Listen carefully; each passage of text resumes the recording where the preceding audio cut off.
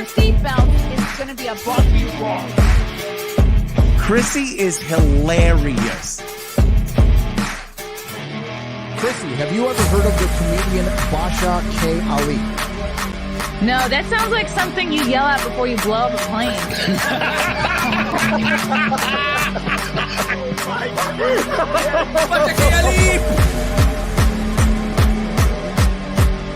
30 seconds remaining. But you know what, good to say, I doubt it will stand up to something.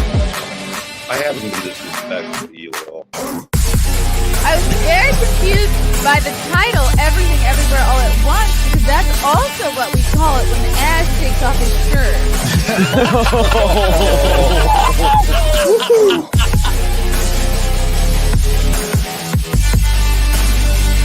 I shouldn't be up here. I should be in school on the other side of the ocean. Hello, boys and girls. Welcome to another episode of your favorite podcast. That's it. That's right. It's the Chrissie Mayr podcast. That's what we're watching right now. You can find us on iTunes, YouTube, Spotify, SoundCloud, Rumble, Rockfin, Twitter, Twitch, Facebook, Friendster, MySpace. No, just kidding. Those websites are long gone. We have a fabulous guest today. Before I get her on, I have to promote something really quickly. I guess I'm officially on my maternity leave, and this lines up perfectly with a desire I have had for probably a year or so now to completely redo my studio. And I've always wanted to make it so that I can have guests in studio. So I figured, why not pair it with this sort of maternity leave and give me something to do while I'm waiting to give birth / trying to keep a small infant alive. I don't even know what I'm doing. How much time could he need? Who knows? But I just started my very first crowdfunding Give, Send, Go for a new studio. And my goodness, I'm almost halfway there, which is so exciting. Thank you so much to everybody who has donated so far. A cool incentive is if you give at least $100, your name will be put on a plaque and you will be forever on the wall of fame here at Chrissie Mayr Studios. You're going to be either on what this new set will be or in my other new set that I'm going to make where I can have guests come in, more like couches, more like laid back conversation vibes. So I'm so excited to build a new studio out, and thank you to everybody, of course, who's already pitched in. If you got a couple bucks, why not? Maybe I'll name a stretch mark after you. So go to givesendgo.com/Chrissie Mayr Studio, please and thank you. I know it feels very weird to ask for anything at all. So it's as awkward for me as it is for you, I'm sure. Whew. Okay. Our guest today, we've had her on the show before. You know her. You love her. She is the jack of all trades. She's a thought leader. She is she knows many things. She's a smart person. She's gorgeous. She has she could literally be a toothpaste model. And she had some tweets go viral recently. She was in the news for some stuff that we're going to get into. Welcome back to the show, Vanessa Gothix. Hello. Thank you. I was going to say, did you call me a thought? You said a thought leader? She's a thought. She's the leader of the thoughts. Yes. And our backgrounds match. Everything is going together. I love it. Mm-hmm. Yes, good to be back. I'm here as an official leader of the Blacks, and hopefully we can have some good conversation and we can unlearn bigotry and whatnot. That's official representative of the Black delegation. Mm-hmm. Yes, and when people ask me if I have a Black friend, your name will come up in the first couple for sure. Yeah. So Gothix, you went a bit. I mean, you're always I feel like you're always at the top of everyone's mind. You're always getting attention. But most recently, you came out and spoke because a lot of folks were talking about DEI well, DEI has been a topic of conversation for what feels like forever. But Sweet Baby Inc. was a topic of conversation among the gaming community because they were bringing in these consultants specifically to push diversity, equity, inclusion initiatives in gaming. And alongside with that was Black Girl Gaming. They're kind of, I don't know, if you want to set up your kind of experience with them, because you went a little bit viral speaking out about Black Girl Gamers. Yeah. And Oh call it yeah. Black. So, I tell people that's like my origin story. So if you just look at my YouTube channel, you're like, wow, she has a lot of base takes. It was because of the backlash, or I should say blacklash, that I got from being a member of their community. Yeah, like when I was just streaming on Twitch, I used to just do video game content, and I joined this community. One of it was actually two communities, that one and another Black community that I joined. And I joined them initially because I aligned with leftist ideas. I believe the lie that it would be harder for me to grow as a streamer because of the color of my skin. And these safe spaces said, hey, if you join these communities, we're going to help you. We're going to uplift each other. We're going to support each other.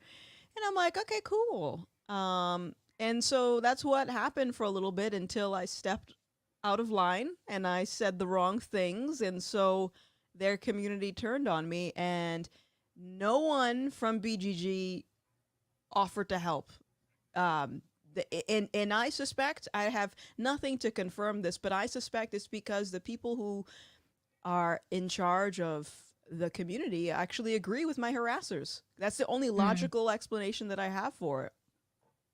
So, yeah, and this was a couple of years ago, and so then when I saw them popping up on Twitter, because everyone's talking about DEI and how they had a hand in consulting with the Forspoken game, which that game, by the way, if nobody's played it, the whole studio had to shut down. That's how successful it was.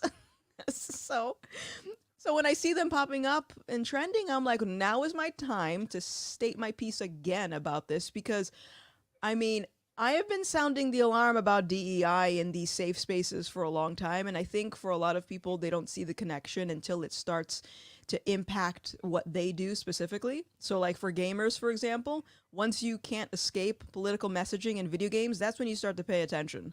And, and there's a reason for it. So I use the momentum of this, and it's really not about BGG, it's about DEI. But I yeah, absolutely, I use that momentum of my tweet going viral to bring awareness to this, that this ideology is everywhere and it's not going anywhere until people know how to argue against it.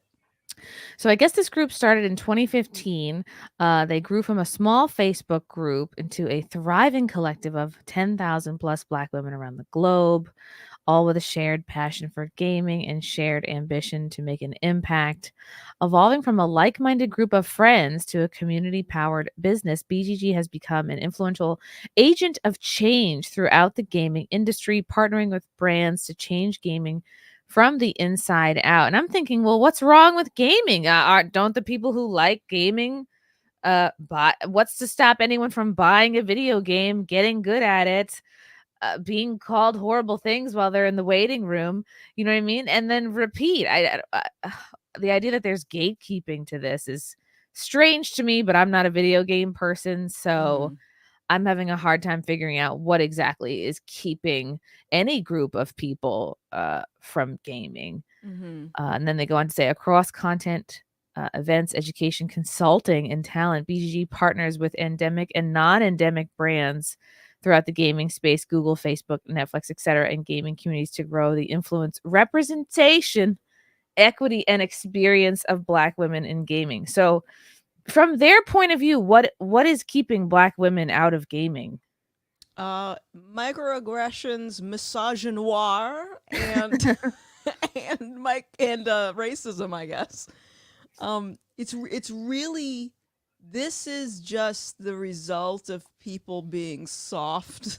And I hate to say it because, again, like I used to be fragile to mean words, but I mean, if Oh, you me grew, too. it, I mean, we all didn't we all go to a liberal arts college? yes. Come Well, I on. didn't go to college, but I went to a, technical high school but I played in video game lobbies, Call of Duty lobbies, You would think that I would have thick skin, but for some reason it didn't translate over when I became a streamer.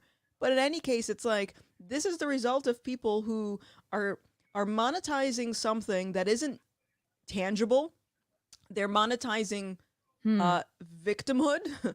And the solution to all of this is grow an emotional resilience and mute the other person on the mic. Hmm. But they want to instead spread an ideology, which I think just cultivates more weakness within the gaming space. Because, as you said, nothing is preventing you from going out and getting a game or going out and making a game, but instead you want to tell other people what they should be doing with their video games. You got to put more black faces and diversity in these games to make us feel good. It's like you're making a problem that wasn't a problem. Especially when so many video games, like, I don't know, the characters aren't even human or even have regular people skin tone. I mean, like, I've seen my stepson play Minecraft. Like, everyone, you have a thing that hacks away. I don't understand it. The dirt is square. Mm-hmm. Yeah. It's supposed to be an escape, So it's like even I mean, I've had this same criticism about Hollywood where it's like why are you so adamant about this whole idea of representation? Like why do you need to see someone who looks like you in a movie? But even this is more ridiculous because it's a video game. Like this is like the most obvious form of make believe that you can think of. And we know we've all enjoyed video games without focusing on skin color. So why can't we continue to enjoy video games without focusing on skin color? Yeah, I just don't know what their objective really is. It's just a lot of buzzwords. It's like we have aimed to keep our members safe and connected whilst also offering educational opportunities to demystify career paths in gaming. I mean, wouldn't like what an Epic Games or whoever makes these video games, like if wouldn't they post, oh, we're looking for an engineer, we're looking for a coder on the Epic Games website. Like, why do you have to demystify a career path? If you're qualified, apply to it and see what happens. I just don't. There just seems to be so much hand holding, Yeah. and is it actually doing anything? Yeah, I don't think it's actually doing anything because now, like look at the backlash they're getting. I have to keep saying it because I just think it's so ironic. 'Cause But it's fun. look at the response that they're getting.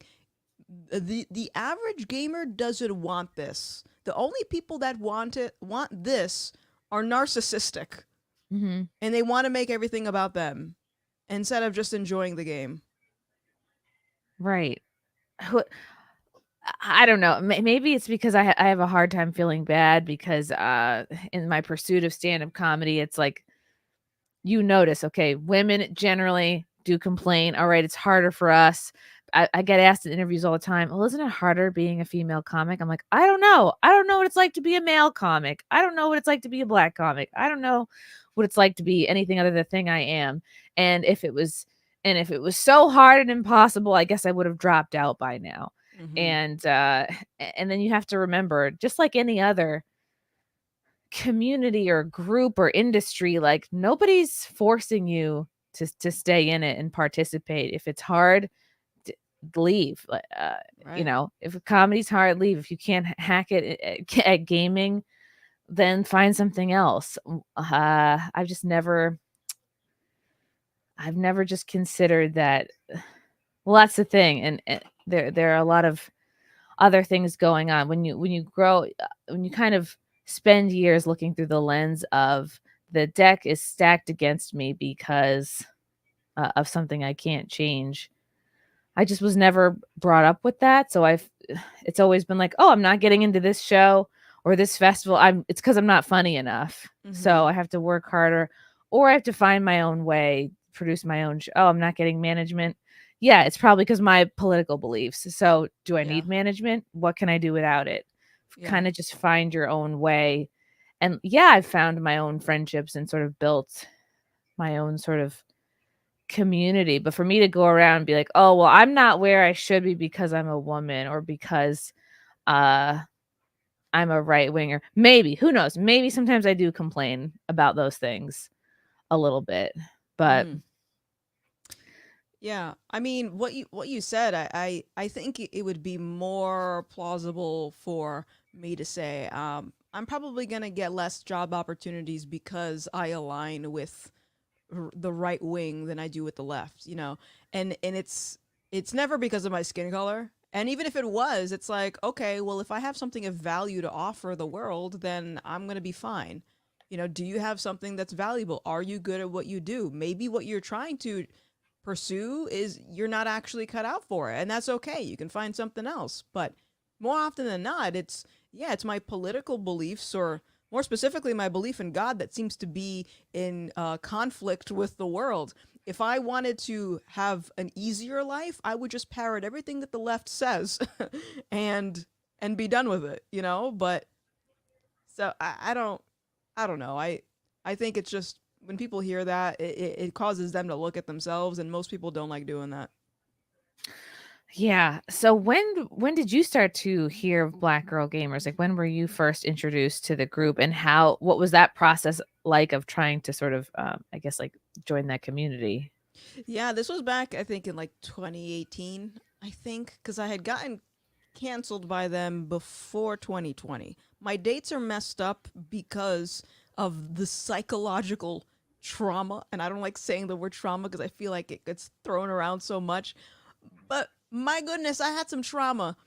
And you know, I got introduced, there was someone that was in that community that invited me, which is contrary to what these fools are saying about me never getting invited by someone. I didn't just randomly stumble across the community and join it. But yeah, and they got in my head because on Twitch, I think I started at the end of 2018, started streaming, and or maybe it was 2017, I forget. But I was streaming for a couple of months, and I was enjoying the process. Granted, no one was really watching me. Like, for 4 months, I had like 8 viewers, if that, in my channel. But eventually I came across these communities, and the people in these communities are telling me, we can help you. The reason that you're not growing quick is because you're Black. And if you look at Twitch, the top people on Twitch are all white men.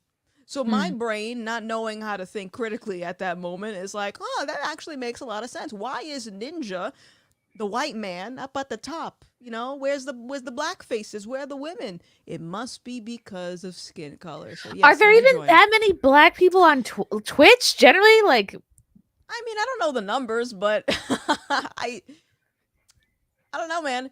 It's but you know, here's something that I realized, because after, like, it took a lot of the backlash from that community for me to start thinking about like my beliefs and stuff. But when I was in that community, I was starting to grow my channel, and something that I noticed was, okay, there is a difference by if you were to look at in general, most white streamers versus most Black streamers. There's a big difference here. And one of the clues that I got was when people from this community were insinuating that the only reason I'm growing in numbers is because I'm catering to a primarily white audience. And that stuck with me. I'm like, what are they trying to convey here? So if you look at, so when you're not growing, it's because of your skin color. And when you do grow, well, it's because you're pandering. Right. So when you look at like white streamers versus Black streamers, more often than not, most of the Black streamers on Twitch, it's funny, they're making their content specifically for the Black community. Like, I don't make my content for white or Black, I just make my content, and whoever likes it will come watch it. But you can tell that most streamers who have my skin complexion are trying to cultivate a community that appeals to the Black community. So you're not diversifying your content. You're not reaching out to the general public. Is like, you're sort of putting yourself in this niche and then complaining that no one wants to watch you. You're also limiting yourself. Yeah. You know, creatively. exactly. So I don't know. Okay, so 2017, 2018, someone reached out to you. There was is there something so there's you mentioned something called the cookout. Is that a Mm. separate event done No, by Black Girl Gamers? no. So these were both two. So it's worth noting that Black Girl Gamers is a consulting firm that is trying to work with companies, but originally this thing started off as like a little Twitch community, like a Discord, a Facebook. It wasn't what it is growing into now, and the cookout was the same thing, but the cookout had a lot of problems, like accusations of sexual harassment after I got kicked out or I left rather. So that's no longer there. But they were both communities, and they were both separate. But they would also like collaborate on stuff. Like they get together to bring their powers, our powers combined, to make these larger safe spaces for Black folks. But they were two separate things. Yeah. Okay. Let me pull up because there was an article written about you. I'm sure you've seen it. An article. This is from Fandom Pulse. Former Black Girl Gamers member Gothix exposes their hatred for white people masquerading as DEI. Oh, this is cute. Why you used to have very short hair? Yeah, All I these chopped little it all off. horns. Yeah, the little horns. Oh, okay. As the pressure has increased on many of these DEI consulting companies on the gaming industry, Black Girl Gamers has now replaced Sweet Baby Inc. as public enemy number one. After Black Girl Gamers announced on Twitter they were seeking legal counsel against that Park Place for speaking out about their allegedly discriminatory DEI hiring practices, YouTuber and culture war commentator Gothix stepped forward to share her own past experiences as a member of Black Girl Gamers. As a former Black Girl Gamers member, I can confidently say these people are full of crap, Gothix began. They do not care about diversity. They promptly kicked me out for being anti-Black, aka not making an idol out of my skin color and refusing to hate white people. This is a very ironic statement because, as we all know, DEI is supposed to stand for diversity, equity, and inclusion. What was the first inkling you got? That I guess they were kind of upset with you for the way you are. You're not making it about your skin color. You're and how did it come out? Like, I mean, how does it even come out? Like they get the sense that you don't hate white people. That's such a Yeah. strange Well, thing. I think the notorious Ariel tweet that I posted was the thing that made people really upset with me. But I get this impression that there was animosity brewing under the surface for a while for some things that I've said on Twitter. So for context, for those that don't know, the Ariel tweet was literally Disney announced that they were going to make a live action remake of The Little Mermaid, and the narrative that I was seeing from a lot of people in these communities were calling everyone racist if they had a problem with Ariel being Black. And I had a problem with Ariel being Black, and I'm not racist. So what do you. So I went online and I said that, and the outrage was just, it's like, whoa, you would have thought I murdered somebody. But prior to that, the only other thing I can think of, but again, I can sense that this is probably where they started to look at me kind of weird, was I remember I was on Twitter, and again, same thing. I saw some of these girls from this community hounding this Asian guy because he was acting ghetto in a video. And these girls were asking, why do people love making caricatures out of Black women? And me, I interpreted that as, okay, so you are saying that ghetto behavior is exclusive to Black women.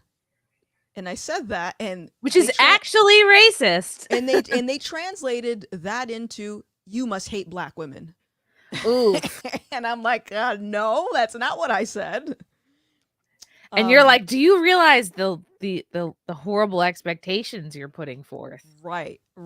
And so they didn't like that. And so a few months later, that's when the Ariel thing came about, and they just used that as fuel, I guess. I don't know. But yeah, I think they didn't like me for a while. They didn't like you because your takes on the new Ariel, and then you say this, which gets millions of views. The audacity. Wow. Grums. And this, you were responding to Grum's tweet. If you like the work I do reporting on Black girl gamers, legal threats against gamers, and want to aid my future legal fund, joking, please subscribe. I was harassed for months after the fact and received an onslaught of vitriol from mainly of their Black members. Gothix tweeted, "You know how Black girl gamers responded? They blocked me and literally scrubbed my existence off of their platforms." Gothix went on, "By the way, most of the vitriol I received from many of their members made it into the final cut of the Gothix documentary." You have a documentary? Wow. Yeah, I do. Did you make this? No, my friend Graham made it. Graham is in the chat, I think. Ooh. I didn't know Graham beforehand. He literally found me on YouTube and then he messaged me. And then after weeks of ignoring him, I finally responded to him. You played hard to get. Yeah. I mean, it's some weirdo messages you said, "Hey, I want to make a movie about you." You don't know what to think. Oh, wow. And this is gothixfilm.com. When did this come out? December 18th, I think. Ooh, I'm going to play this trailer. There is no redemption. There is no conversation. It is whatever we say about you is truth, and you're done. One friend did it with us. He heard our side of the story and he was just like, "Oh wow, this is completely understandable. I see where you guys are coming from." Then he writes us later on, "We weren't the right type of Black friend." Breaks on that for a while. I don't know how much out of this time I need right now. I need to clear my head. I haven't been feeling myself. I think it's time for me to take a break. Like, I just feel like I'm kind of floating without any purpose right now. They brought up my boyfriend. They wanted to know if he was white, because if he was, that would have made sense to them of why I was acting like this. Seeing people automatically say, "Okay, the reason you have a problem with this is because you're racist," is an issue for me. I said, we need to stop doing this. I'm talking in a matter of 24 hours, I became...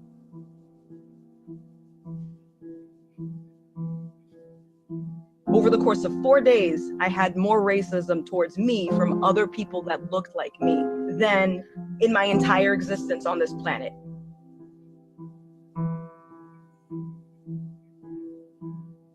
What's the next step once they realize I can't, attack someone on social media and make them disappear? So what do we got to do now? Is physical assault okay? And I just see like these pools of blood, and I'm like, okay, I'm panicking now. Whoa, this gave me chills. Yeah, I thought I told you about this. Did I not?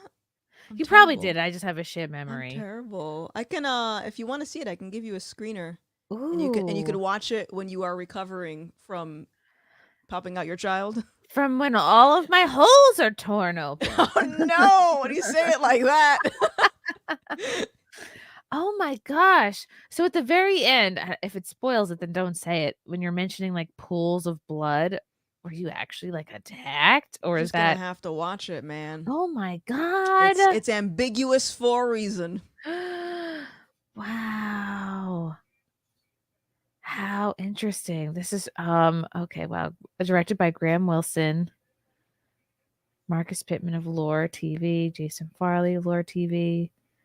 Wow, how cool. That's when did you first start getting called all these names and insults? It was literally when I started vocalizing things that didn't go with the Black consensus on Twitter. And this was like 2018, 2019 maybe? No, it was 2019. That's when it really started to kick off. But I had never heard those things before. Granted, like, if I look back in my past, I can see me doing similar things to other people, but it wasn't to the same degree. But it didn't click until it happened to me, and then I'm like, oh, I was like that. Interesting. Gosh, it's yeah, the vilification you get for not being part of the group think, because you show people that it doesn't matter, that you can succeed without crying victim the whole way. You don't need special treatment to get to where you've gotten. Right. And that's very threatening. Right. Yeah.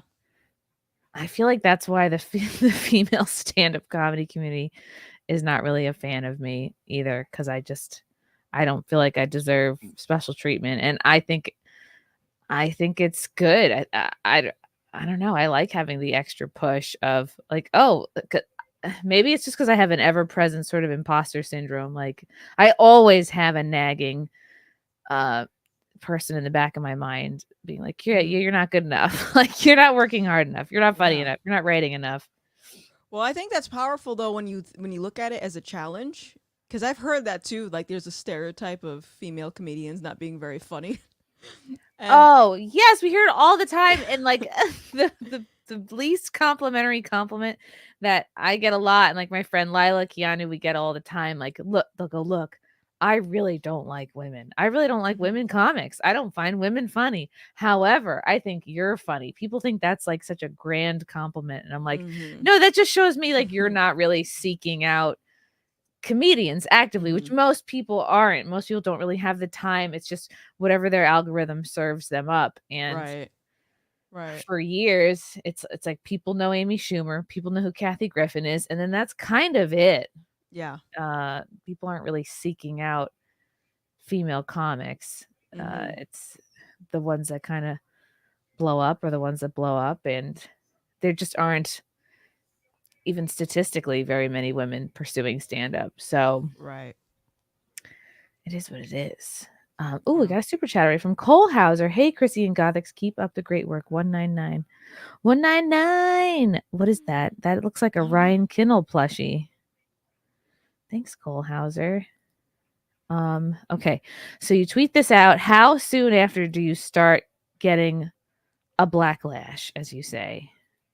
What, the Ariel thing or the recent thing? Actually, yeah. Which one was worse? Honestly, your thoughts on Ariel or I think Black it was Girl worse Gamers? now. I think like the backlash I got was bad with the Ariel thing because I never experienced that before. But I think now it's like the backlash is worse, but it's not worse for me because I've already been prepared for it. This isn't my first rodeo. But I think it was worse now because, I mean, I think it's kind of comical that they tried to cancel me and my audience, my platform has grown tenfold. And now I am supposedly siding with all the white supremacists and the racists now. I'm friends with all of them. So their narrative doesn't hold up and they feel threatened by that. So that's why I think they all came out like, banshees. Like instantly, and it definitely seemed like there was more of an effort to shut me up this time, but it just did not even affect me, not even close to when they tried doing it before. I think every time the more times we can all get canceled, the better, because the first time you think, oh, this is horrible, I'll never get through this. You panic, you think you got to shut down accounts and stuff, you think you got to delete things. It's like, no, it's like, no, the more you get canceled, the more easy it is. And you're like, this'll, it'll pass. Right. Yeah. And also, it's also worth noting, I think, part of it was it never happened to me. I wasn't expecting it. A lot of these people I considered my friend. A lot of these people I helped build their channels, right?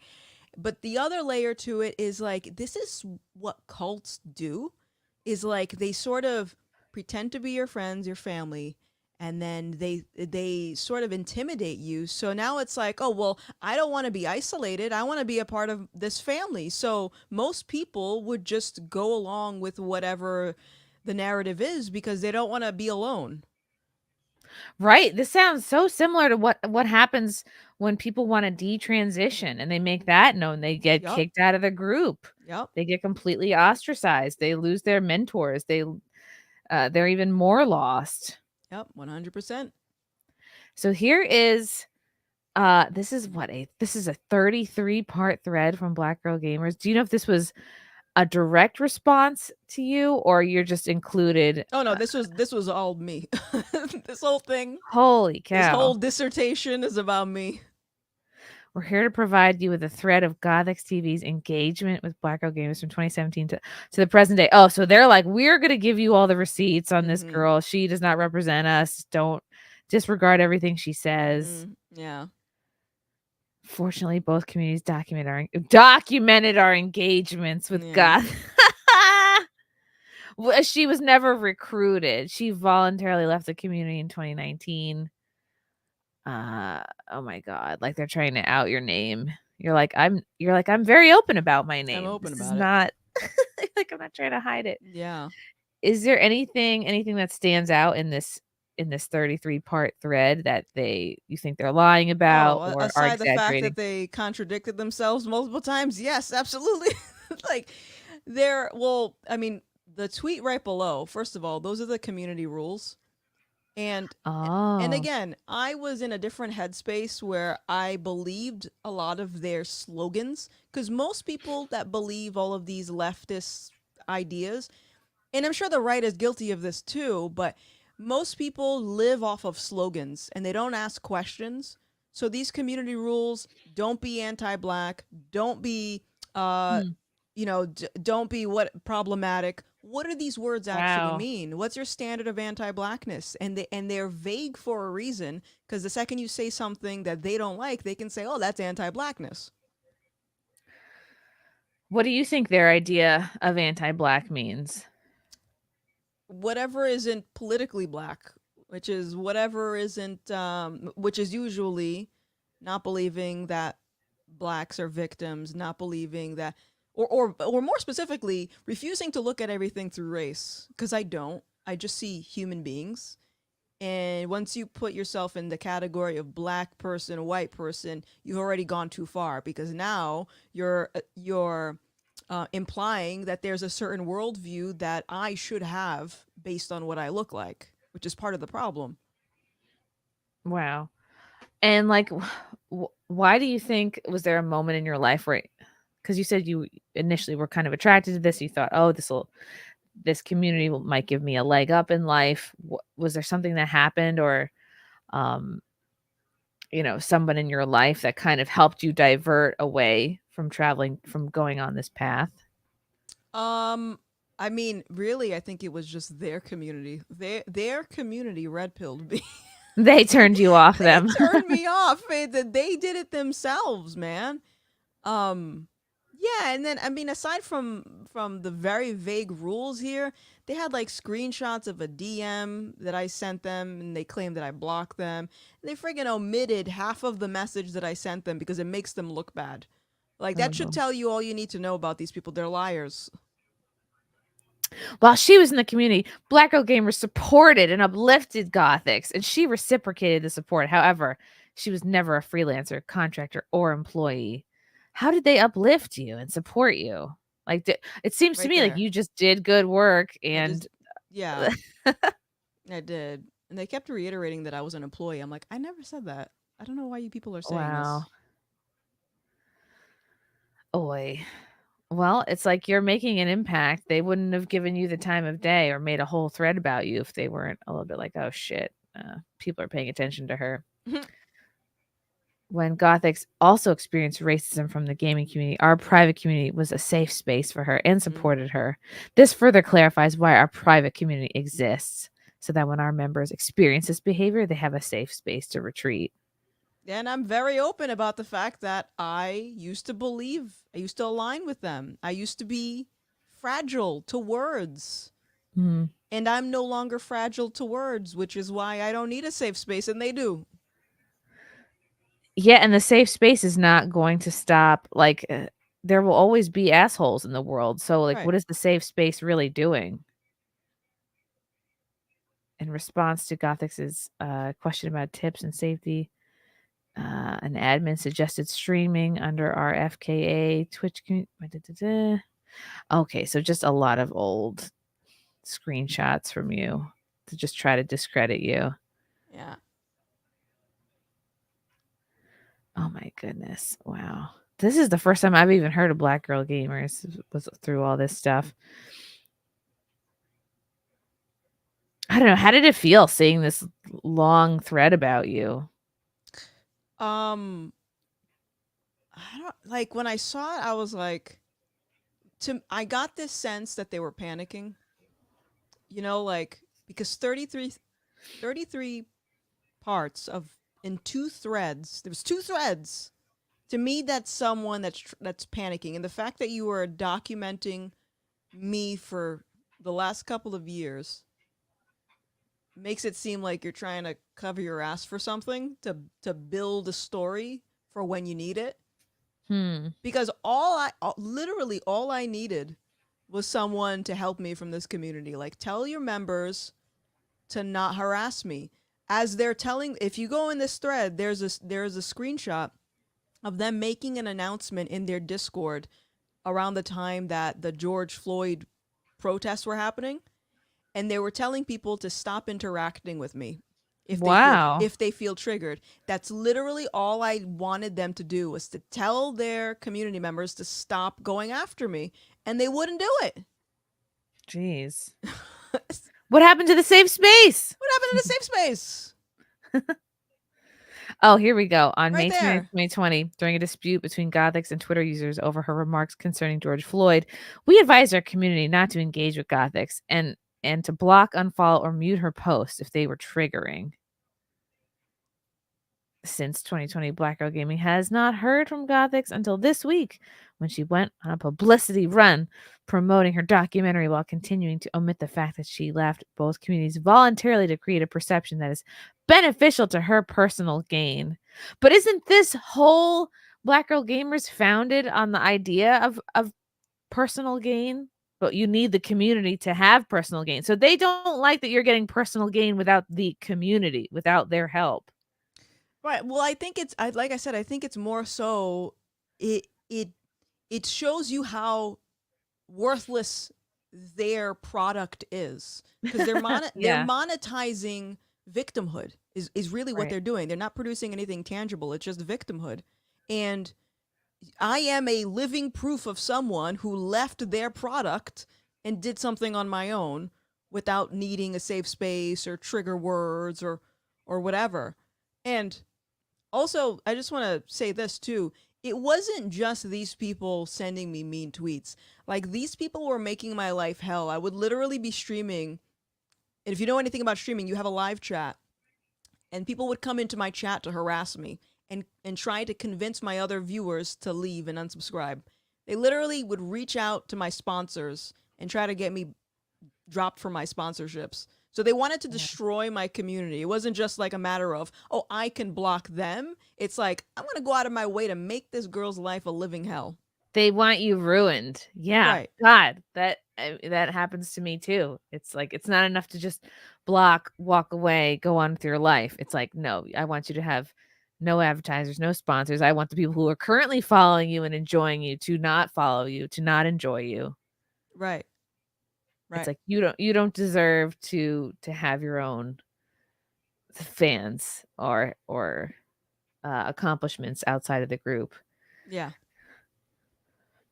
That's wild. That's so crazy evil to me. Disco Cobra, thank you for the super chat. Gothix going ham on the podcast this week. You just on TNME.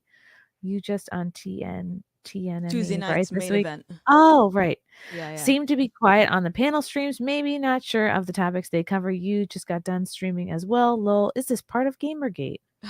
So yeah, I've said this before. I'm not very good on those big panels. Like, I love Nerdrotic. I love Geeks and Gamers. I love all of those guys. You put me in a room with 10 people, I'm just like, I just want to talk to like 2 people It's at a time. really, really hard. I feel you so much on this because it's competitive. You're dealing with a lot of A-type personalities. You're dealing with a lot of other people. Like, I feel you. I love being on FNT, but it's like, I have to be caffeinated. I have to be researched. I have to like really pick my moments, because there's 10 other people that are, I'm not the only one that's trying to get a joke, and there's like 10 other people trying to get a joke. And so it definitely feels competitive for sure. Mm-hmm. It's fun. I love doing it. Yeah, I mean, I have a good time. Yeah, it's very male. It's a very male thing. You're saying it's a sausage fest. Is that what you're saying? It's a sausage fest, but also the nature of panels and debate is very male as well. Whereas I love a one-on-one. I love a two-on-one. also sometimes I'm retarded and it takes me a long time to get a thought out. From Cars in Depth, thank you for the super chat. Ann Beats was funny. You're funny. Females in general, though, tend to get along, which doesn't foster a sarcastic comedic mindset. What? Also, Gothix needs to make some based black babies with ruined Leon. I don't think my husband would like that. I'm gonna say no to that. Wait a second. Females in general tend to get along? What? Where? No, just where? With my friends, yes, but God, even in my friend group, there's dust ups. I think you can say, yeah, females tend to be high empathy and less difficult, maybe less wanting to make a fuss. Again, but it totally depends on the type of females. Like if you have Italian females around, well, then that's a whole different story. Some women don't like to rock the boat. Yeah. And now I have to look up who Ann Bates is. I don't know who that is. Ann Bates. Oh, okay. She was a comedy writer. Okay. She has been called aggressive with a dark sensibility. She died in 2021. Oh, she wrote for the National Lampoon. Okay. She looks like a funny old broad. I will check her out. Matthew Hammond, what's up, buddy? Thanks for the super chat. What do the cancelers get by going after Gothix? Do they not realize that words lose their meaning the more they are used to cancel people? There's truth to that. Yeah. It's like that's all they have is mean words. And that's the thing. It's a lot of it is projecting. It's the people who mean words affect them, so they think doing it to you is going to be your undoing. Right. It's all projection. You look at the people that you trigger, and usually what's reflected in them is what is strong within yourself. Mm-hmm. Like I even noticed with just doing a give, send, go. The people are triggered by the fact I have a give, send, go. People are like very upset. Why? And it's just like, and you go like, why does that upset you? Like anybody could do a give, send, go. Like if you have a project or you have a book you want to write or you want to really anything, that people get upset when you get support. And I think it comes because I understand there's a place in me that doesn't want to ask for anything, that doesn't think I can accomplish any goals, but you can't let that side, you can't give that side of you oxygen. You can't let that side of you, be behind the driver's seat of your car. It's like, you're not going to kick them out of the car. Be realistic. Put them in the back seat, put them in the trunk, and try to drown them out. But I notice I tend to trigger a lot of people who just straight up never attempt going for their goals, or they think they're funny. They think they could have done stand-up, and it's like, you can start today if you really want. Right. It's not easy, but Cole Hauser, I get attacked on Facebook for supporting you, Chrissy, because I have my own opinion and I'm not bending the knee to the left woke agenda. Stay the course, Gothix. Oh, thank you, Cole Hauser. This is another person I can mention when people ask me if I have black friends. Thank you, Cole. You should ask them, like, how many black friends do I need to have before you take me seriously? Gothix, Cole Hauser, Adam Coleman, Eric July, Matthew Hammond. Chrissy, can you introduce Melanie Mack to Flagrant Triggers? She wants her gamer word on a shirt. Oh my God, that would be great merch for her. Just the Melanie Mack word on a shirt. Wow. That's funny. I used to have a bunch of merch on Flagrant Triggers. I don't know what happened. I think I've never even heard of that. They're printing now. Yeah, they do a couple of merch for a few people. I think X-Ray Girl. They have an FNT, like Letterman's jacket they're selling on there now. Mm. Oh yes, Clifton Duncan, Hotep Jesus. You're right, guys. Yep. Mm-hmm. Is it weird? I just forget. I forget everyone is black. Yeah. got all these blacks, but they're never enough. That's why I want to ask specifically, like, what percentage of my black friends do you need? Oh my God. See, I really don't see color, guys. Like I might make racial jokes, but like I have black friends who I forget are even black. So Mm. I feel You're like that's denying my existence by doing that. Oh, right. Weren't they like, didn't someone start a rumor that you must have had like a white husband or boyfriend that Yeah. that can be the only justification for your Yeah. thoughts and beliefs? Or that my parents are white, and and Graham, the director, I kept seeing Graham on Twitter, responding to these people like, I've met her mother, like I've met her parents, I know both of them, they're not white. Yeah. But that's just, I don't know, that it's so weird, and that goes to show you, like, that's why I say these people don't care about diversity and inclusion and all this stuff, because their whole philosophy crumbles. Because if you have to ask if someone has white parents or someone is dating someone white in order to justify why they think that way, then that means that your whole thing is useless. It's worthless. It's not about skin color. It's about an ideology. Funny, you're like, your husband's like, I've met both her parents. They were late for dinner. Come on.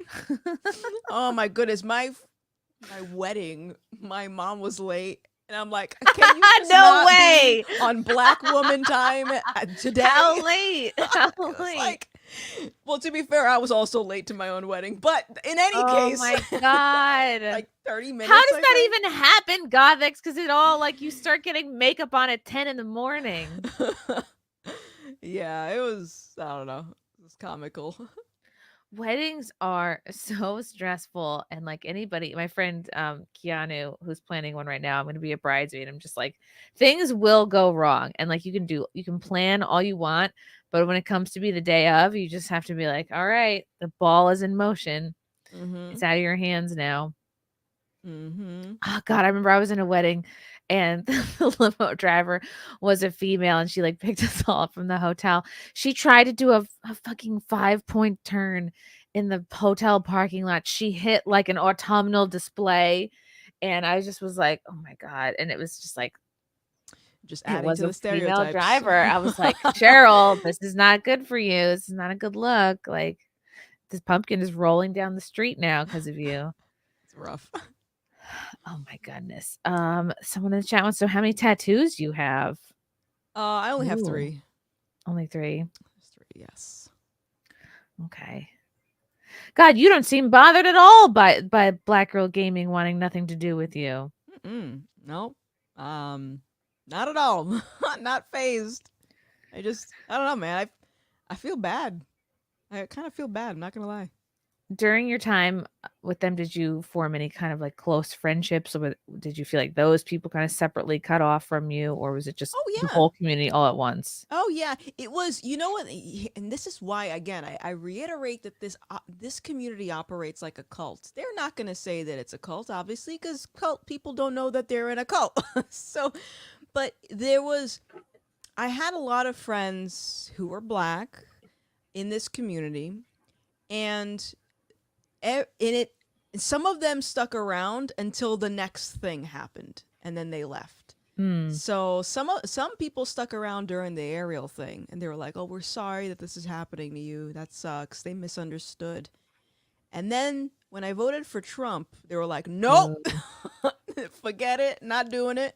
So everyone had their own limits, I guess, where they tried to hang on and try to be my friend for as long as they could, and then they stopped being friends with me. And a lot of them, honestly, were people who were like, "I'm never gonna leave you. I love you. I'm never gonna." So when people tell me this now, and they say, "I love you, Gothix. I love your content. You're so great. I'm never gonna leave." In the back of my mind, I'm like, "Yeah, because you just wait, just wait." And so it has been a process of me learning not to get attached to people, especially people that you make friends with online.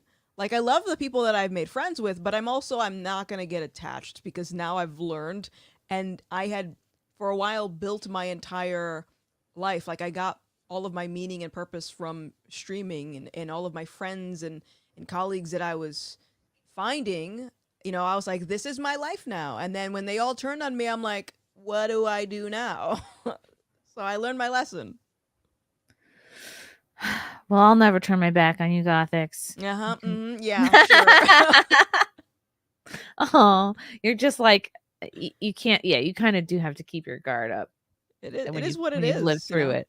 But I enjoy the time that I have with people. I'd like to think that stuff wouldn't happen again, but it is what it is. Like it's just life. It's just people. People come and go. I love this tweet of yours here, and this video you're talking about. DEI's secret weapon is exploiting empathy, which is why most wokies don't even know that they're woke. And it's like you just said before, most people that are in a cult don't think they're in a cult. And this whole this perfect idea of exploiting empathy, I think this is why the Democratic Party and the woke ideology appeals so much to women, because women's can be easily psyoped through our emotions, through exploiting empathy. You can be convinced that you're doing the right thing, and it's like, nope, you're just being led around 100%. like a little dog. Yep. But of course, half the people in the comments, they don't understand what I'm talking about. Like, oh, empathy is communism. I'm like, that's not what I said. You make communism sound a lot better than it is by acting that marginalized groups being supported is all what communism is. No. No. I'm just not even. Oh, you blocked this person? Exposed. I know. Like, oh shit. Yeah. I block and mute so many people. Yes. Hi, Wokie. Hope you're doing well. Are you saying yes to the assertion that Gothix is saying in this video, marginalized groups being supported is all what communism is? I'm sure that you won't mind pointing to the exact points in this short video where she makes that statement or alludes to such with timestamps, of course. Oh my God, I blocked this person again. Define woke. Bruh. They feel like that's a gotcha, the fact that some people can't define woke. Like I define woke. This is my definition of woke. My definition of woke is looking at the world, looking at the evil in the world, and thinking that you can fix the problem of evil with strictly earthly solutions, or thinking that you can somehow get rid of evil. Like if you see hatred or bigotry, you think that protesting, diversity workshops, and marches are going to fix this. And that's what I define as woke, whereas my worldview is the gospel fixes these problems. You need a spiritual solution to these problems, and you're not going to get that from social justice activism. That's woke. And I acknowledge that some things you're never going to get rid of. You're never going to get rid of hatred. And the wokies think they can. Right. They think they can legislate behavior. I think also part of it is when you go from taking people one-on-one to the more you put people into groups, the more dangerous that's going to be. It's like it used to be like in the 90s when we were all growing up. If someone was said something shitty and racist, you'd be like, oh, that person's an asshole. You wouldn't be like, oh, that person's a white supremacist. Look at who, where are they from? Who are they friends with? Who are their family? Let's take them all down. What groups are they involved with? You'd be like, no, that individual is an asshole. And you're like, I'm not going to deal with that individual again. Yeah. And it's when you think, oh, well, this whole entire group is out for my demise. That's not healthy, because you're just going to stop. If someone really believes that, they will stop dealing with those people altogether. Yeah. It is tricky though. If you think about like, how would I define woke? Yeah. I mean, at least that's I'm sure other people have different definitions from it. That's why I don't get too caught up in like trying to have the objective definition of woke, but that's how I see it. Is you're trying to eradicate sin from the planet by protesting and marching and whatever other leftist things you can think of. Yes, Erica, you're correct. Groupthink cancels personal accountability. Woke, viewing everything through an intersectional identity politics lens. Yeah. And I mean, like I said, the gospel is the solution for that, because with when you follow God, it's not black people, white people, it's people. And you follow God, there is no partiality. In intersectionality and identity politics and DEI, you're showing partiality to a specific group of people. You're being prejudiced under the guise of diversity. So they've essentially made their own religion, if you think about it. Oh, yeah, absolutely. And our hardships in life are necessary to direct us either to learn a lesson or to work harder to gain that thing. Or if you're like, well, I keep, God is going to serve you up the same lesson over and over again. So if you keep trying to go for the same type of job and it's not working, it's like God is trying to tell you, don't go for that job. If you keep dating the same type of person over and over again, and you have the same relationship problems and patterns, it's like, well, God is trying to tell you, like, you need to pick a different type of dude. So to blame your hardships on, no, this is because of other people. It's like you're taking God out of the equation. You're taking the lessons you're supposed to learn in life out of the equation. And it's like you're like fucking with the plan a little bit. It's like Right. we thrive in hard times. That's what Yeah. gives us purpose and direction. It's like it's also like with the wokies, we can say that they're trying to build a utopia, and that's why I make the point to say they're trying to get rid of sin, because their belief is that we shouldn't have any struggle. Like with the struggling, why are people struggling? Well, if you removed all the struggle in the world, then there would be no way for you to say that you're an overcomer or you're a perseverer. There's nothing for you to overcome if there's no struggle. You wouldn't know the difference. And that's impossible to do anyway. Do you think a lot of Black people are acknowledging or talking about the fact that they might be DEI hires? Do you think that's a secretly a bigger conversation? I think people are definitely thinking about it more. I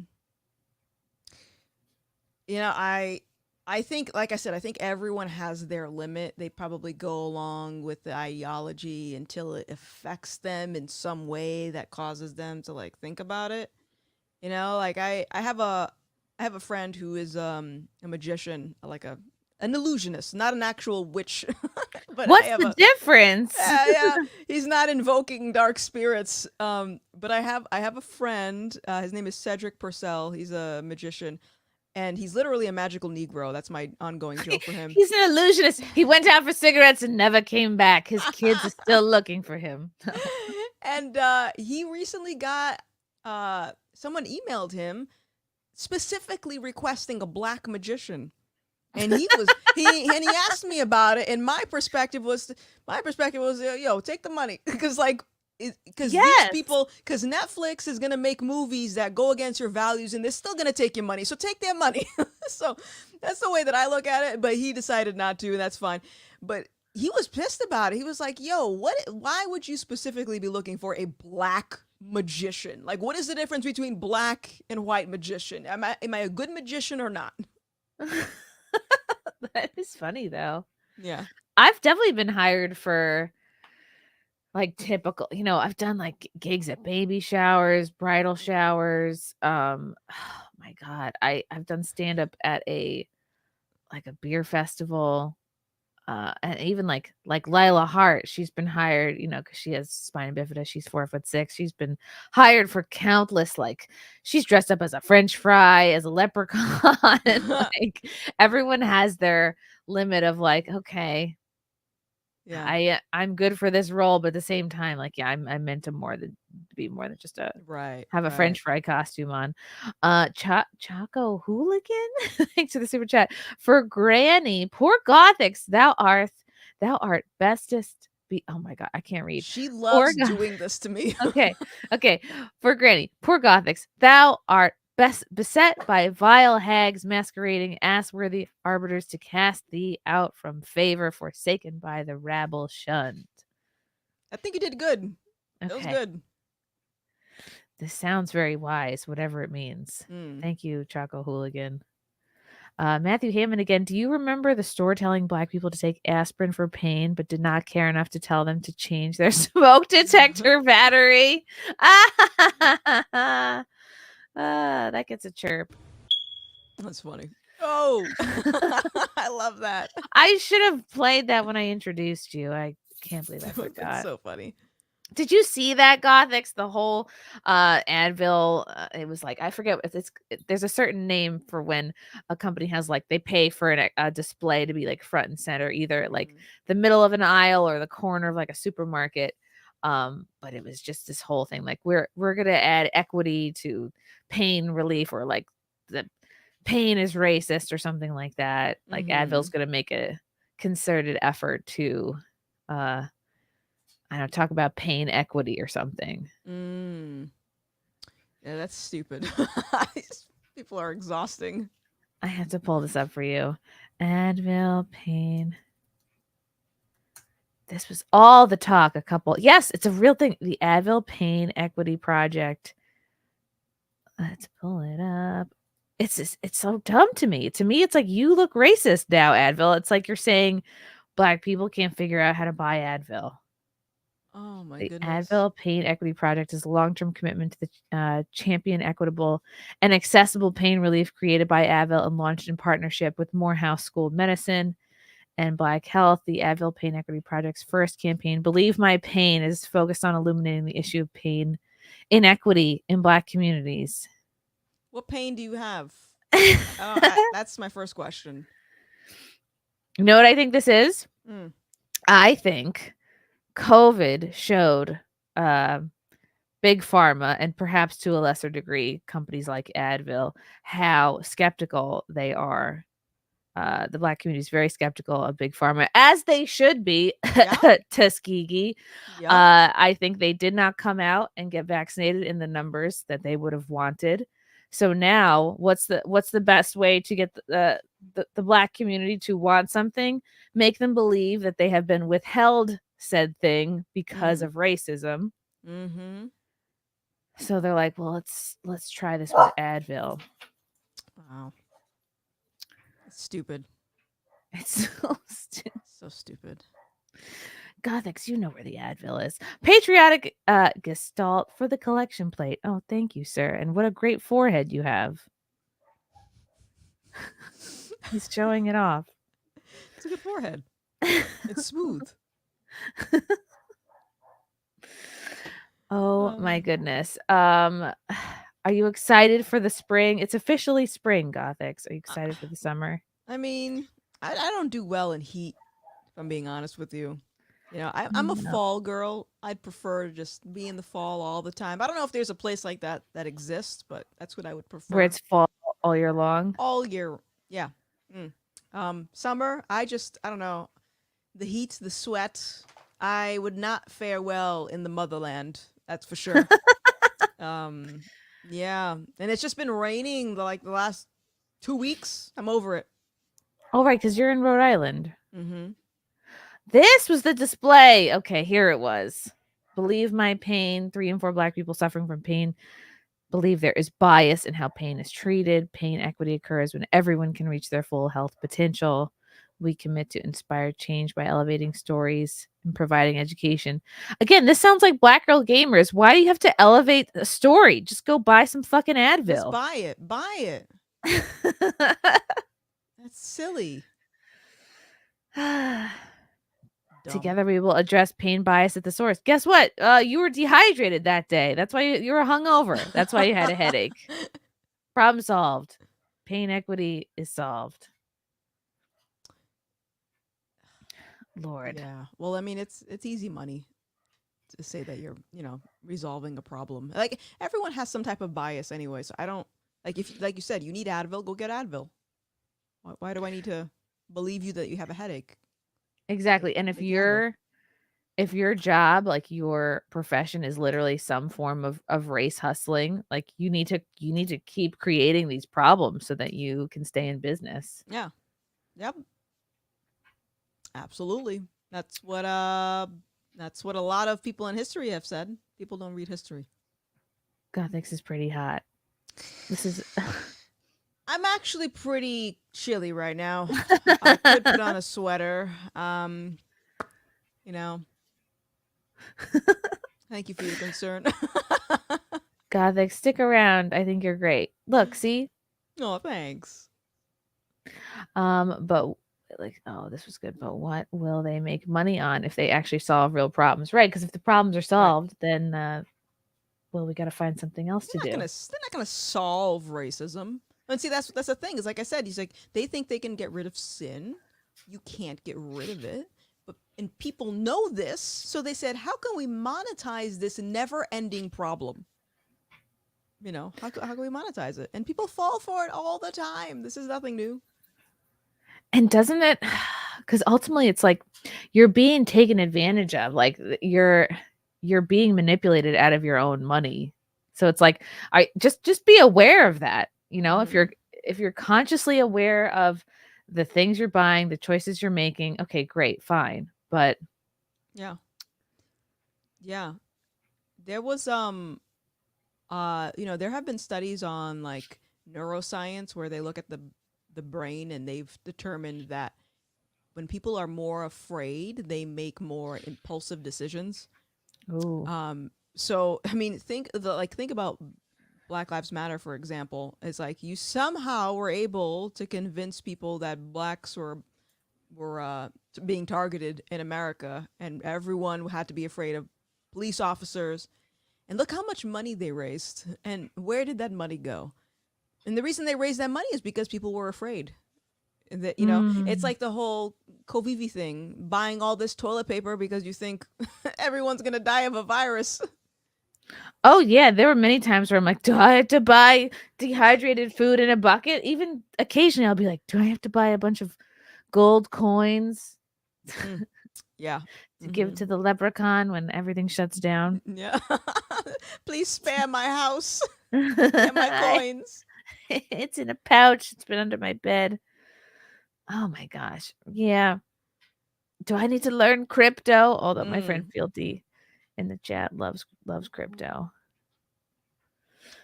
Yeah. You should have I don't have emergency food. I don't have Eclipse. We got to get our Eclipse rations ready. What's Eclipse rations? A black and white cookie. I don't know. No, because the eclipse is coming on the 8th. Oh. Is that Monday? There's going to be a solar eclipse. Okay. On Monday. It's a big deal. People are also nervous because they think they're going to open up portals as well. Okay. The All CERN right. portals that, I don't know, the Jews are going to come out of their tunnels. Everything's going to go haywire. The Ninja Turtles are going to come out. The groundhog's going to get disoriented and come out and look for his shadow again. It's going to be haywire. So good. Oh, Lordy. Oh, that was man. pretty smart, actually, a black and white cookie. Yeah, Jesus is coming back. I'd be fine with that. I hope so. I'll put out some of my... I hope he likes old Easter candy. How could he not? How could he not? You had Easter candy? Yeah, were you not celebrating Trans Visibility Day? Well, that's the thing. I was waiting for all the trans candy to go on sale the next day. I see. At CVS. But we haven't reached that. Right. They didn't bring out like the trans decorations and candy. Like that's when we'll know. Yeah. Simon Ho. Black Girl Gamers has the world supply of lip gloss. What? Wait, what? Real supply of lip gloss. Simon sometimes tries to be funny and it misses. Come on, Simon. Come on, Simon. My only Asian fan. One of 2 Asian fans. Just 2? Yeah, I have 2. I think I have fewer Asian friends than black friends, unfortunately. This is why Malaysia came after me. Trans candy yeah, I is forgot just about that. a sweet flavored salad. Ugh, no. I don't know about that. Yeah, I would say like trans candy would be like an almond joy. Or it's packaged like a Mounds, but then there's a secret nut inside. Oh. That you weren't expecting, and you're like, I wish I had known about this. Now I have nuts in my mouth and I'm actually allergic. Okay, and I'm gonna beat this candy up now. Pause. Oh, that's funny. My God. Gothix, what is patriotic gestalt is Asian. Okay, whew, I'm saved. Thank you, buddy. What is coming up for you? What are you working on? Where can people follow you? Yeah, so you can follow me on YouTube, Gothix TV. I'm also on Rumble. I'm trying to build my Rumble subs up. So guys, follow me on Rumble, please. The Gothix documentary is out now. It's streaming on Lore TV. You can use code Gothix to get a free trial if you want to watch it now. As for what I'm working on, I am gonna be doing another. Well, I'm still waiting on confirmation. But I think I'm gonna be doing another college panel with the Walkaway campaign. Ooh. Next month at Liberty University, I think. I'm just waiting for confirmation. So follow me on Twitter, Gothix TV, to keep an eye out for updates on that. Yes, and follow her on YouTube as well. Twitter, YouTube, Rumble. All of the things. Do I it. can't wait. Yeah, I want to watch this documentary. Yeah. I'm entranced. I want to hear your thoughts on it.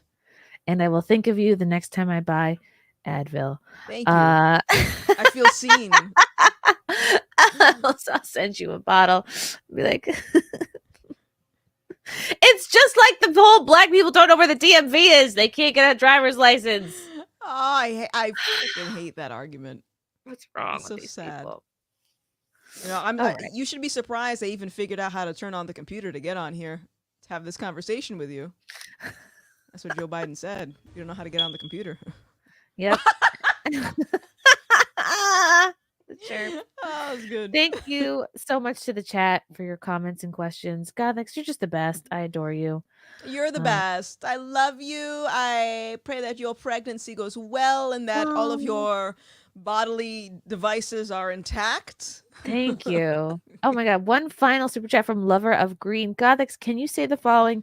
MCU fan is a super impactful, manly person. He is a valued member of the fellowship. Also, Kristen Nova is his role model. Thank you. And God bless the chat. Is this trick? I feel like this is a trick. This is a trick. What am I getting clipped for? Yeah. This is a trick. I can't do it. I don't know. That's us. Yeah. Maybe I'll say it in like a sarcastic voice. MCU fan is a super impactful, manly person. He is a valued member of the fellowship. Also, Kristen Nova is his role model. That's good.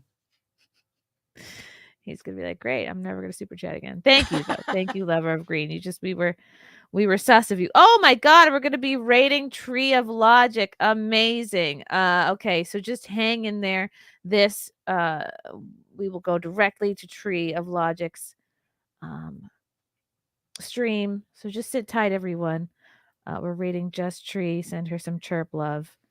Chirps in the chat. One final chirp for you guys. Thank you. Thank you, Gothix. And we will see you guys